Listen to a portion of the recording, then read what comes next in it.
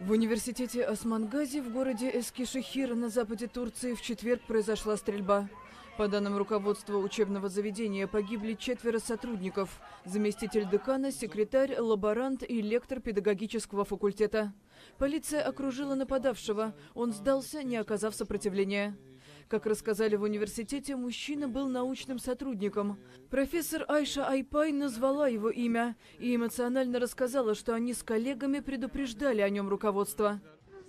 Почему Высший педагогический совет бездействовал? Почему ректор сидел сложа руки? Почему они ничего не сделали? Мы полгода подавали жалобы, они все игнорировали. Они не позволили провести расследование в отношении Волкана Байера. Мужчина открыл огонь по своим коллегам, называя их сторонниками Фетхуллаха Гюлена. Именно проживающего в США проповедника турецкие власти сочли идеологом попытки переворота летом 2016-го. Гюлен категорически отрицал свою причастность. Анкара заявила, что в стране существует разветвленная сеть его сторонников. За этим последовала череда арестов и увольнений. Тысячи военных, журналистов и преподавателей оказались за решеткой или потеряли работу.